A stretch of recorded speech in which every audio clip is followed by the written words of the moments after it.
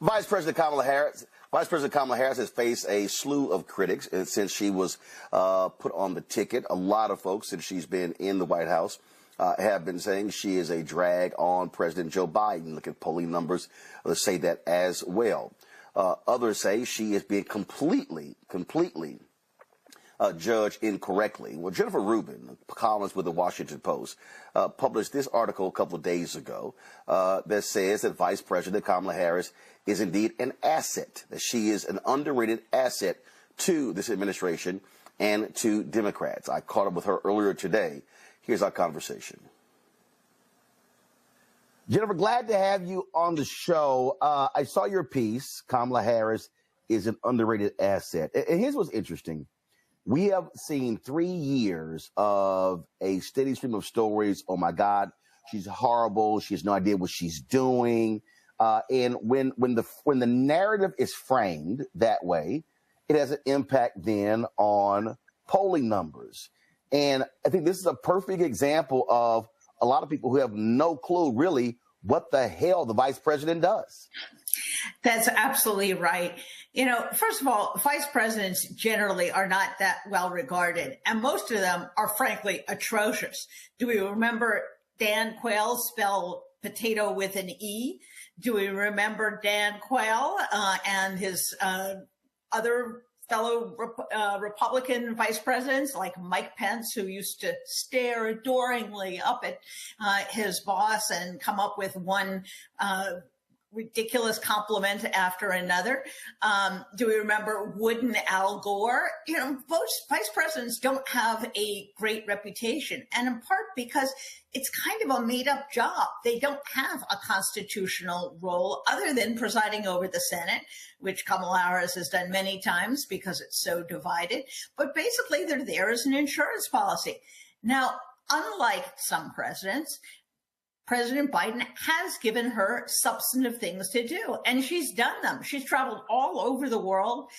Most people are not familiar with the fact that she has conducted international diplomacy on behalf of the administration. And moreover, on issues that really hit home for many, many Americans, and I think are going to determine the outcome of the election, like voting rights, like abortion, like now IVF, like climate change, guns.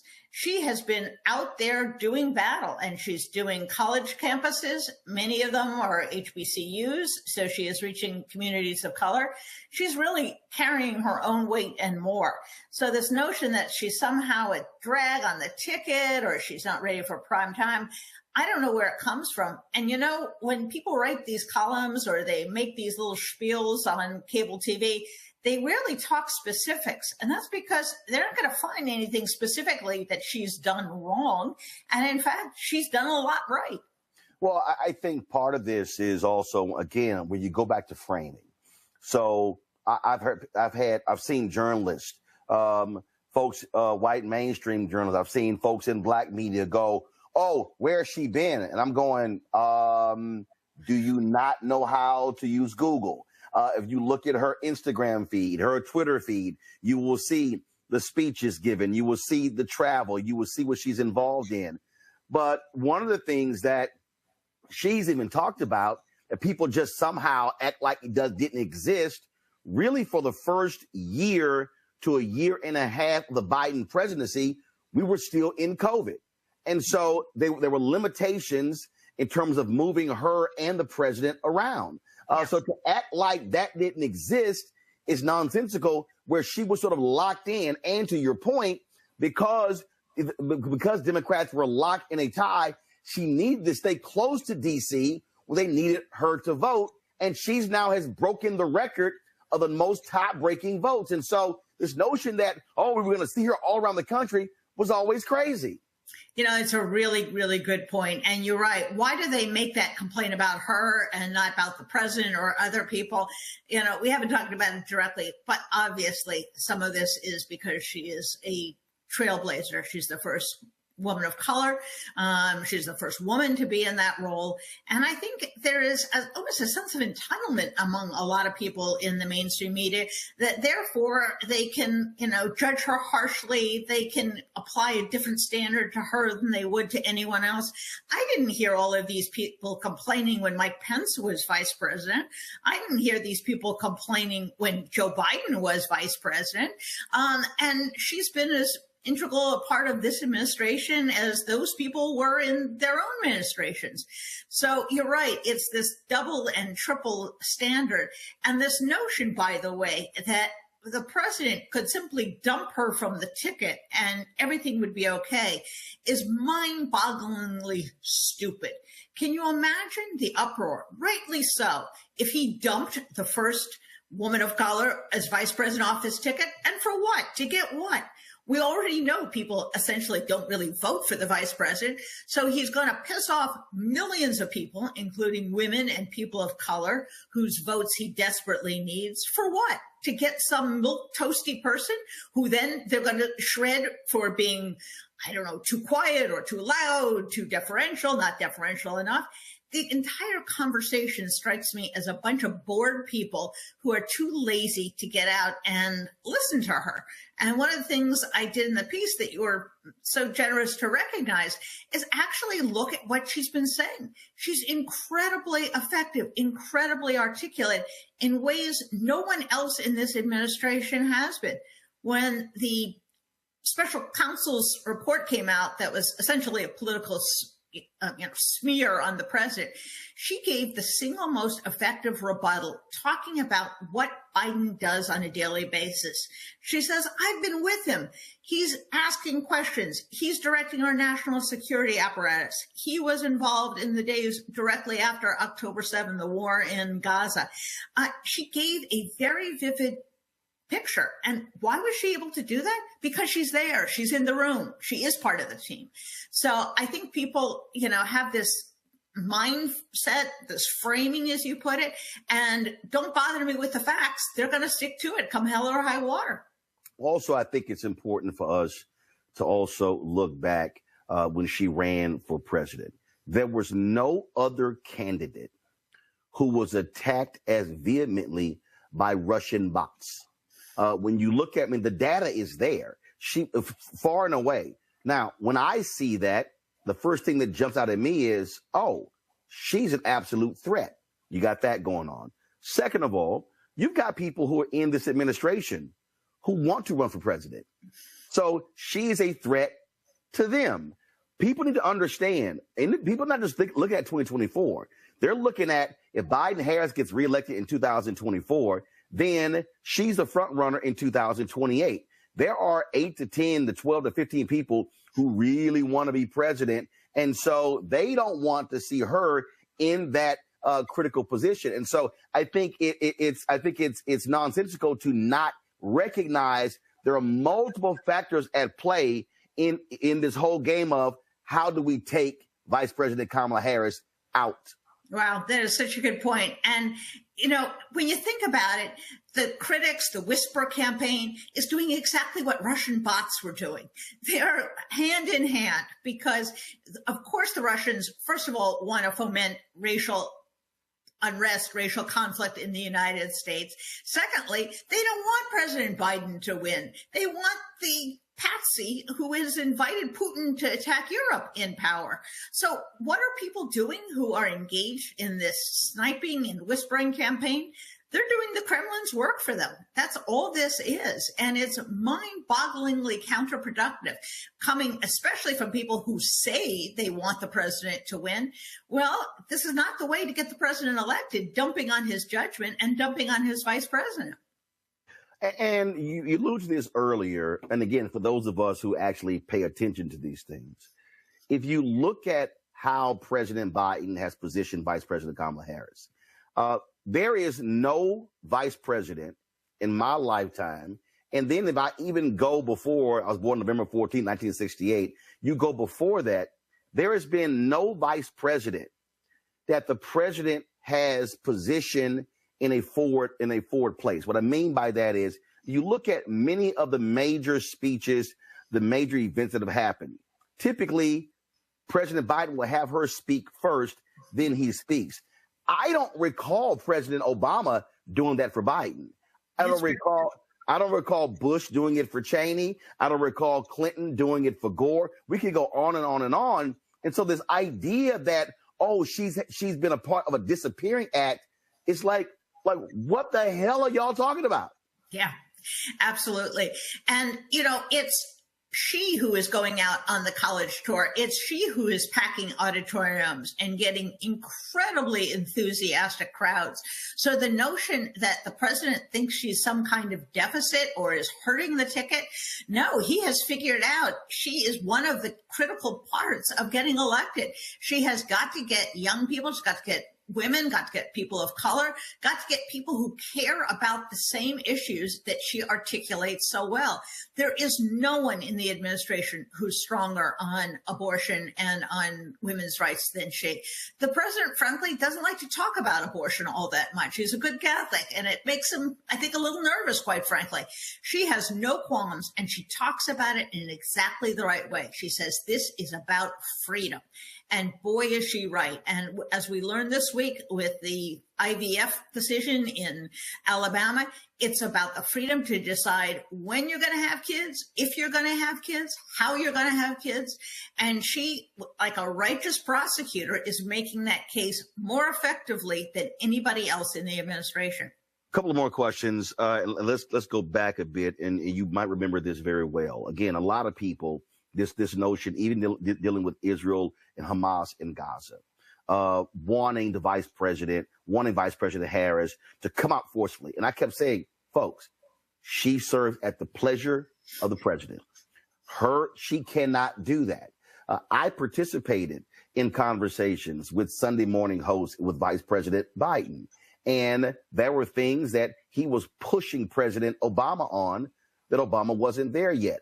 The role of a vice president is to provide private counsel to represent the interests of the president. Now, we know when Vice President Biden, when he went on Meet the Press and staked out his position on gay marriage, we know Obama was not happy that he got pushed on that, but Biden made a calculated risk.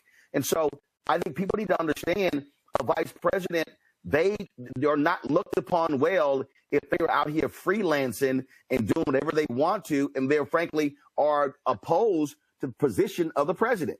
Exactly. I mean, this is crazy stuff.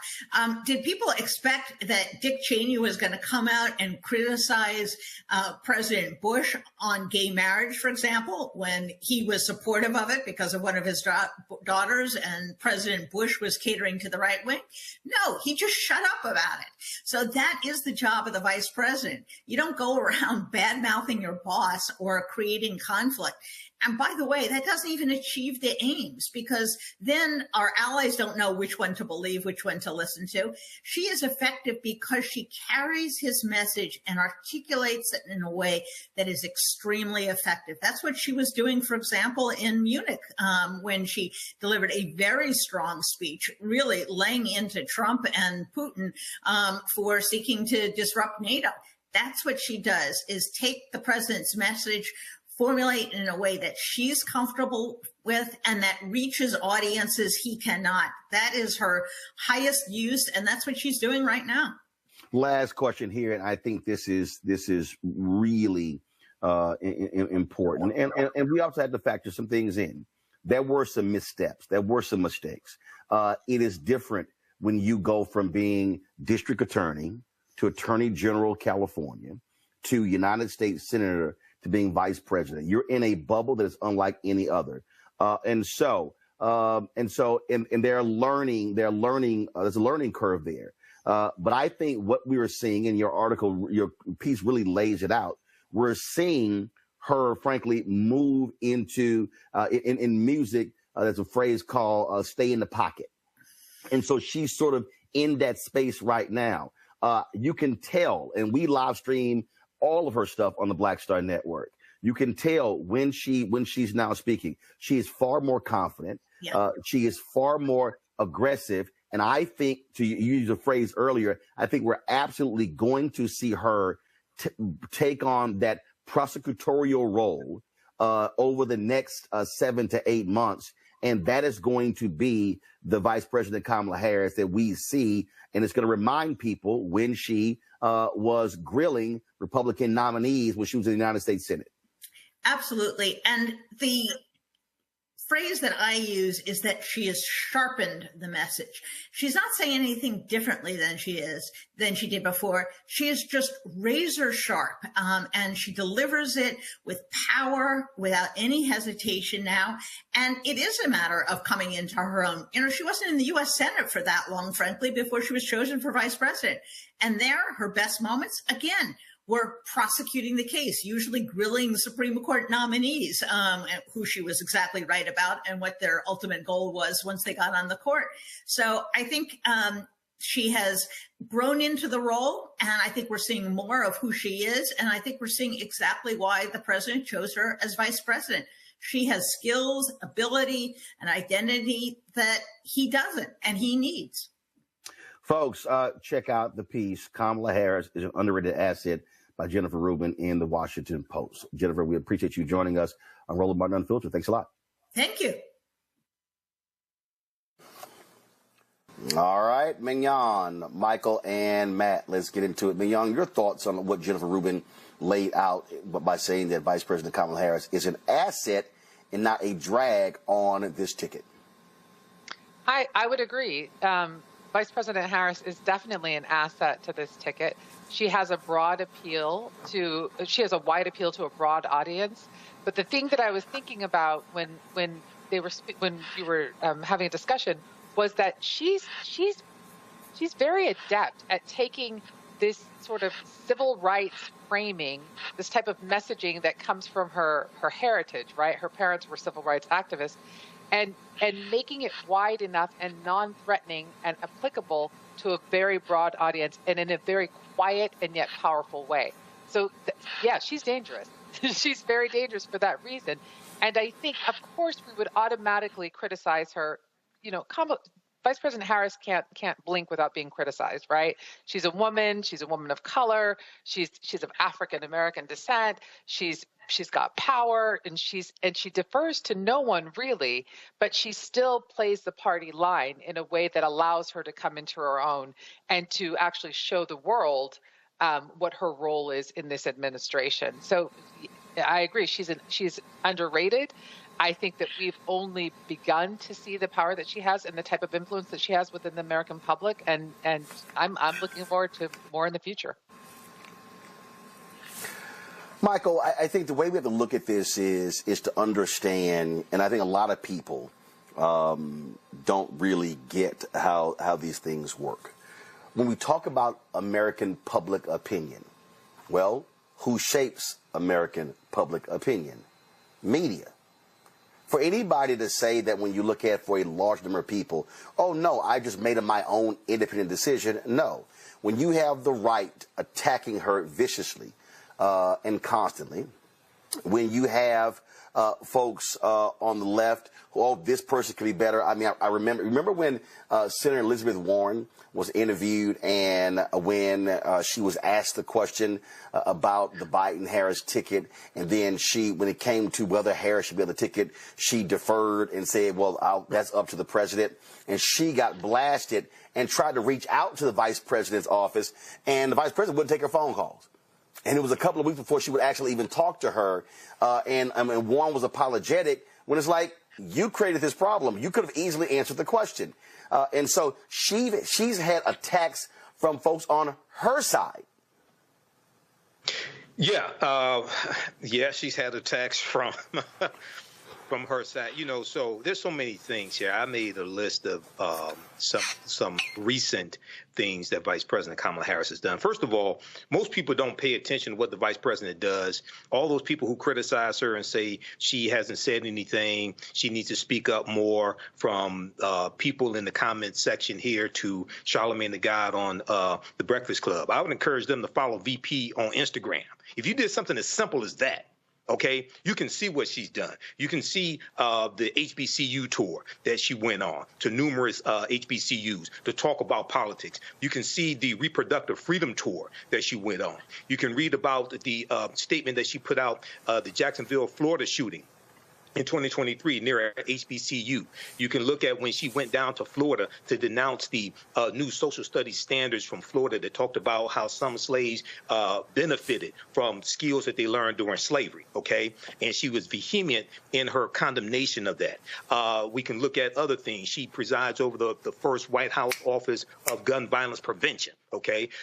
President Biden gave her the task of trying to get the John Lewis Voting Rights Act pushed through. Now, you had obstinate Republicans.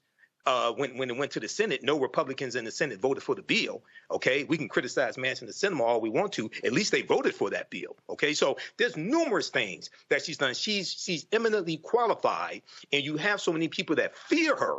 They put these hit pieces out on her. You talked about this before, some months ago, last year, different hit pieces in the Washington Post, things like this that had no foundation. And then on MSNBC, they spent 15 minutes on bullshit, attacking Vice President Kamala Harris. Okay, so this is what we're dealing with, and this is what happens when you know you're feared. Okay, because they wouldn't do Dan Quayle like this. They didn't do hit pieces like this on really Vice President Mike Pence. So when you know the opposition fears you, they put stuff out like this. Matt, this is the Twitter feed here. And again, this what kills me when I hear people say, well, we ain't seen Vice President Harris. We don't know what she doing. You can go here. Here she's on the road talking about Roe v. Wade. Here she is talking today to the National Governors Association with President Biden. Here she is in Grand Rapids, Iowa, right there. Here she is having a discussion about reproductive freedom in Michigan. She's commenting about what's happening in Alabama. She's sitting here again. Here's the Fight for Reproductive Freedom tour in Grand Rapids. Then her Black History comment. Then talking about student loan debt cancellation. This is when she was in Pittsburgh this week, where they had where she gave a speech there talking about the $6 billion going towards infrastructure. Here she is talking about clean water, announcing that $5.8 billion still in Pittsburgh. Excuse me. Here she is. Here literally are photos that are a combination of her week, what took place just in 1 week, talking to the troops and all of that. This is her in Munich, Germany. This is her at the Munich Security Conference right here, where she gave a strong speech there. We carried that speech live on Roland Martin, on the Black Star Network. This is her meeting with President Zelensky of Ukraine. This is her speaking there. And man, I can literally just sit here and keep scrolling. This is her talking to the president of Ukraine. So when I hear people say stupid stuff like, we don't know, we ain't seen her, we don't know, like, well, what's she doing? Hello, this is, the proof is right there, what she's doing. Yeah, people are going to overlook that proof when they want to attack her, notwithstanding that proof. And I think one of the things that was really important in your conversation with Ms. Rubin is the fact that constitutionally, the vice president doesn't have a specific sphere of influence, right? They're not specific policy things that she is constitutionally given to handle. So I think not only should she be judged based on the content of what she's doing, her actual actions, but the fact that this is a role that can be as expansively handled or as contractually handled, if you can call it that, as the vice president and the presidential administration think is appropriate. And this is proof positive that Matt, let's go to the 60s. Matt, let's go to the 60s. Vice President Lyndon Baines Johnson was one of the strongest legislators ever. He becomes vice president, and John F. Kennedy and Robert F. Kennedy wouldn't give that man time of day. He was the Senate majority leader. He was sitting here doing all sort of stuff. They were like, yeah, we'll need you, Lyndon. And we saw what happened when Kennedy gets assassinated and LBJ becomes president, and how he was able to get those civil rights bills through. So for people to sit here and think that oh, well, she is just going to just get in there and do whatever the hell she wants. No, you simply can't do that. You have to abide by what's the position of the president, and I have to fall in line. And people, I don't know why people act like that's not real. That's real. You have to fall in line with the direction of the president. And somebody also, Matt, somebody in the chat went, she doesn't serve the pleasure of the president. Newsflash, everybody's watching. Yes, she does. The president can replace anybody he wants to for any reason. He is not obligated to keep Vice President Kamala Harris on at any time. She does serve at the pleasure of the president. And if the president has her out doing things as important as meeting Zelensky and talking about topic du jour like, abortion, which is obviously one of the biggest political issues of the last 50 years, that's proof positive that the administration not only thinks she's competent and capable of doing it, but that they like how she's shaping that message. And I think Michael hit the nail on the head in talking about knowing your fear. I mean, let's just get down to brass tacks. This is a black woman, a particularly smart, energetic, and effective black woman at communicating, and a black woman who communicates like a prosecutor. If you see a prosecutor in court, most of the people who act as prosecutors are barnstormers. They're going to argue vehemently, they're going to argue passionately, and they are used to encapsulating their points in a way that they want to be persuasive to a jury or here to the American public. So the fact that the administration has given her wings to fly with a lot of its most important policy issues shows that they know that she's adept at doing that.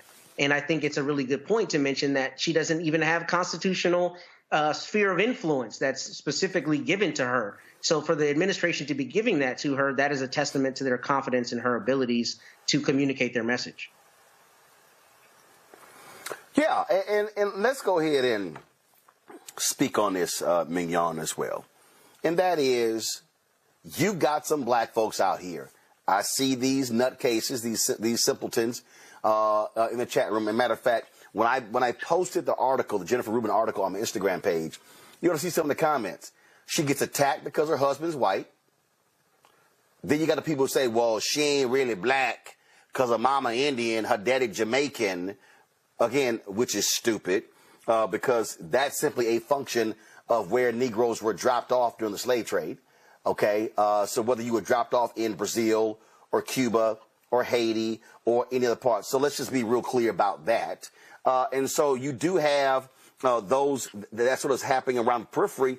But really what we have to understand is she came into the White House and the narrative was already established, grossly underqualified, can't do the job, and the attacks have continued. And I dare say this, if Kamala Harris, take out Vice President, if Kamala Harris was not a threat, she wouldn't be getting so many attacks. Right. Exactly. She wouldn't be getting so many attacks. And, the thing about Kamala Harris is that, the article referred to her as an underrated asset. I think she's his best, secret weapon, quite frankly. And yes, we're going to have some of us out there that are going to try to bring her down because they have issues with her, or they have issues with who she married or who she loves, or she can't represent me for those reasons, but those are the same people that would say, oh, well, is Barack Obama really black enough? Right. And so, you got to let those things go. Does she have a broad enough appeal to be able to carry this ticket? Because honestly, in some respects, I hate to say this out loud, but I always think about when I see President Biden, I always think about Weekend at Bernie's. And I'm thinking to myself, when you were showing these clips of her out there, meeting with Zelensky and meeting with world leaders and on the stage representing our country, I kept thinking, oh, please stop showing so much because you're showing how competent she really is. Right. And so we're almost making her a greater threat when you show how adept she is at navigating this international stage. She's representing. No. But no. By showing that, we're showing exactly why the vice president is there. Let's be clear. We have, for all these people who are running around talking about, well, I don't know if Biden's going to make it through a second term.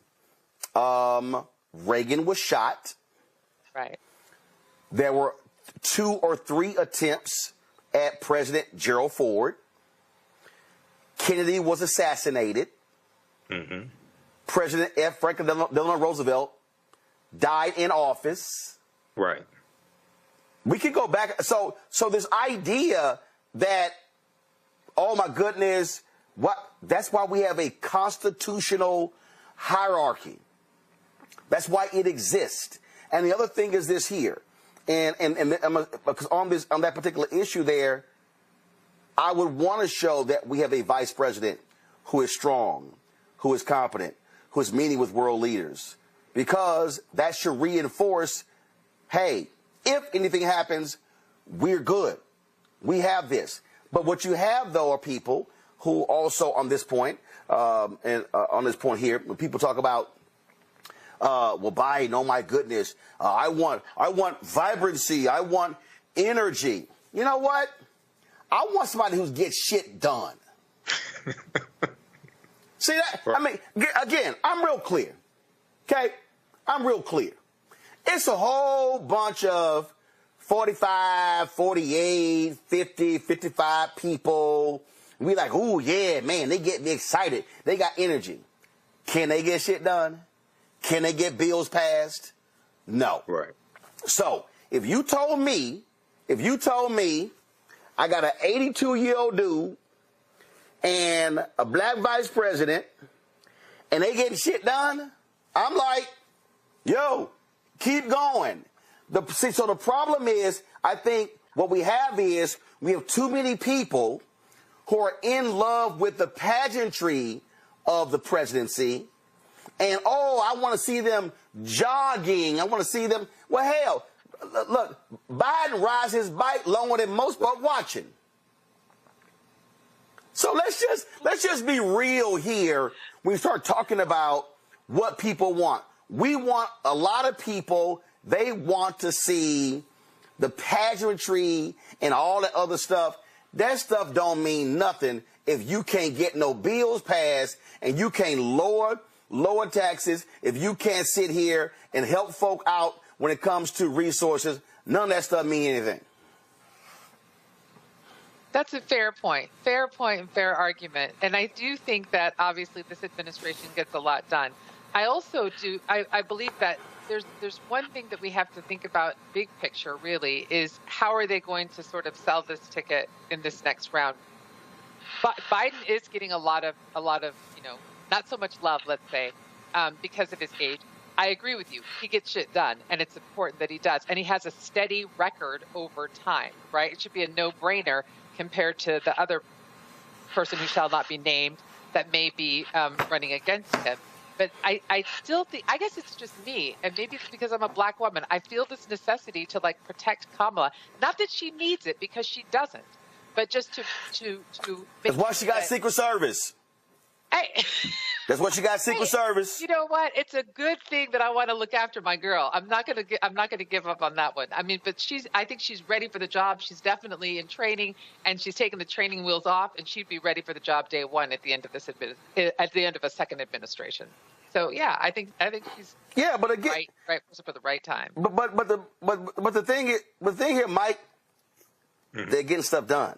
That's the whole point. Absolutely. And I think their strategy, I think all of this hand-wringing in the White House over, well, what do we do? I mean, he's getting attacked by his age.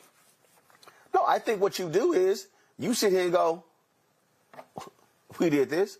We did this. In fact, I got somebody in the chat room, Mike, who goes, well, first, this is when you know you're dealing with some dumb people. When they go, well, really, what have they done? well, if you do something as simple as Google, how have the policies of the Biden-Harris administration helped the African-American community? The first thing that comes up is a 36-page document that breaks down 14 million jobs, 3.7% unemployment rate, lowest unemployment rate for African-Americans, $1.9 trillion American Rescue Plan, $1.2 trillion infrastructure bill, the CHIPS Act, Science Act. You have lowering diabetes drugs. You have Michael, I go right here. All these people talking about. Like for instance, Elise Stefanik was talking about, Trump handed Biden the best economy in 50 years. Lying ass fool. So, U.S. has strongest growth among leading economies in 2023. United States plus 2.5. Next is Japan, then Canada. And then when you talk about, okay, what happened here? Expanded child tax credit. They've now canceled almost $140 billion in student loans. Black uninsured rate reaches record low through the Affordable Care Act. Drop the lower third, please. Made the largest permanent benefits increase in SNAP history. Combated housing discrimination and provided $25 billion in rental assistance. And then we talk about, as you said, 14.8 million jobs, wages, manufacturing jobs, applications for small businesses, unemployment below 4% for 2 full years, and inflation fell 2% over the last 6 months. Okay, when somebody goes, oh, I don't know what's been done, you've got to be literally deaf, dumb, and blind. They are. They are. And there's a lot of people like that. And they listen to the black social media disinformation agents that have an echo chamber of black stupidity. Okay. And a lot of them are repeating Russian talking points. But don't forget, the African-American household wealth increased 60% under the Biden-Harris administration as well. So what happens is two things. One, there has to be better messaging. And they are increasing this as we get further into this campaign. And they were even running, I saw TV ads in late 2023 targeting the African-American community, talking about what they've accomplished. $7 billion for HBCUs, $5.8 billion for HBCUs in 2021. Don't forget the Emmett Till anti-lynching bill. People talk about the Asian hate crime bill, which is not what it was called. It's called the COVID-19 Hate Crimes Act. You need to go to congress.gov and actually read the bill. Read that bill at congress.gov because you don't know what it is. But they forget the Emmett Till anti-lynching bill, which was the first anti-lynching bill in 122 years. Okay? Passed the House, passed the Senate, signed into law by President Joe Biden.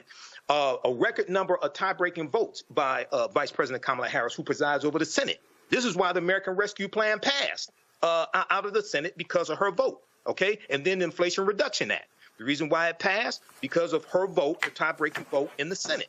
So these are people who don't read. And lastly, I see these various – Washington Post had one maybe 2 or 3 weeks ago. Black men are not sure about Biden, things like this. And when I read the article, I can tell these are people who didn't even Google their talking points before they were interviewed by the Washington Post. Right. There was one person from Pontiac, Michigan. He said, well, they gave $800 million to Ukraine. You think they could figure out that student loan fiasco? They've forgiven $137 billion for over 3.7 million people. Despite. Well, first of all, they also don't realize this here. They also don't realize this here. 75% of the money allocated to Ukraine actually goes to U.S. military contractors. The money ain't okay. John. Let me say that a little bit slower. Let me say it a little slower for the people whose brain don't move as fast. Mm-hmm. Congress is allocating money for munitions, bullets, guns, planes for Ukraine. 75% of the money is going to military contractors. Right. Where are they based? In the United States. For everybody who's watching me right now, I need you to know there is a military contractor in every congressional district in America. There are 435 congressional districts. There's a military contractor in all congressional districts. So when you yell, oh, the money that's going to Ukraine, the money is actually going to military contractors where, if y'all pay attention, people who look like you are actually employed. So that's money that's actually not going out of the country to Ukraine. It's actually going to 50 states in America. Just for the people who don't quite understand public policy, finance, and world affairs. So that's where they are. Browder. And I've interviewed Browder throughout the years. Fantastic book. Okay, Now Valley Contributions to Civilization. But also Egypt on the Potomac. Okay. from Browder as well. And Egypt on the Potomac deals with how the layout of Washington, D.C. is based upon ancient African principles. Okay. And somebody commented here, awesome class. Thank you for helping us sort through the lies and reclaim our identity. All right, so if you like to, now this is just a preview of the class. The class I teach at our online school. This is just a preview of the class. So I'm going to come back to this here in just a minute. But register for this 10-week online history course. Go to our website, AfricanHistoryNetwork.com, AfricanHistoryNetwork.com. Okay, there's a 10-week online history course called Ancient Kemet, the Moors, and the Ma'afa, Understanding the Transatlantic Slave Trade, what they didn't teach you in school. I teach the class on Saturdays, 2 p.m. to 5 p.m. Eastern Standard Time. Our next classes are Saturday, March 9th, Saturday, March 16th, March 23rd, and March 30th. Okay, and then we have a few more classes after that. The class is on sale, $80, regularly $130. We do the sessions live. All the sessions are archived and recorded. You can go back and watch this anytime. So even after the course is over with, you can go back and watch the entire class. Okay. And we instead of 10 sessions, we're going to do at least 11, possibly 12. The course outline, the lesson plans for all 10 classes or 10 plus classes are laid out here. And I'll go through and update it periodically because we add a few additional subjects. But we take you through our history. We deal with thousands of years of history and what leads up to the transatlantic slave trade taking place. So we deal with archaeological discovery that have come out in the last 10, 20. So we deal with Egypt on the Potomac and how the layout of Washington, D.C. is based upon ancient African principles coming out of ancient Kemet, ancient Egypt. Kemet, one of the original names for Egypt, meaning land of the blacks. We look at the African origins of Star Wars and the Assyrian drama. There's an excerpt of an interview that I did with Professor Kaba Kamene, where we look at this information. We look at the Hannibal Barca and the Punic Wars, okay, and especially the Battle of Cannae, 216 BC. We look at Hannibal crossing the Alps, crossing the Pyrenees, 219 BC, but the Battle of Cannae, 216 BC. The Battle of Zama, 202 BC, where Hannibal Barca is defeated by Publius Cornelius Scipio. And Publius Cornelius Scipio takes the surname Africanus after he defeats Hannibal Barca at the Battle of Zama in 202 BC. Africa is not named after a Roman general. The Roman general took the surname Africanus after he defeated Hannibal Barca. And we know that Africanus is Latin, meaning belonging to Africa. It's Latin, meaning belonging to Africa. We look at the 800-year occupation of the Europes of the Africans known as the Moors, who take the teachings from the Nile Valley region of Africa into Europe. And this is going to bring Europe out of the Dark Ages. Okay. And we see the rise of Spanish conquest. We look at Christopher Columbus, and Columbus is essential to the expansion of the transatlantic slave trade and the exploitation of indigenous people and the exploitation of African people also. Okay.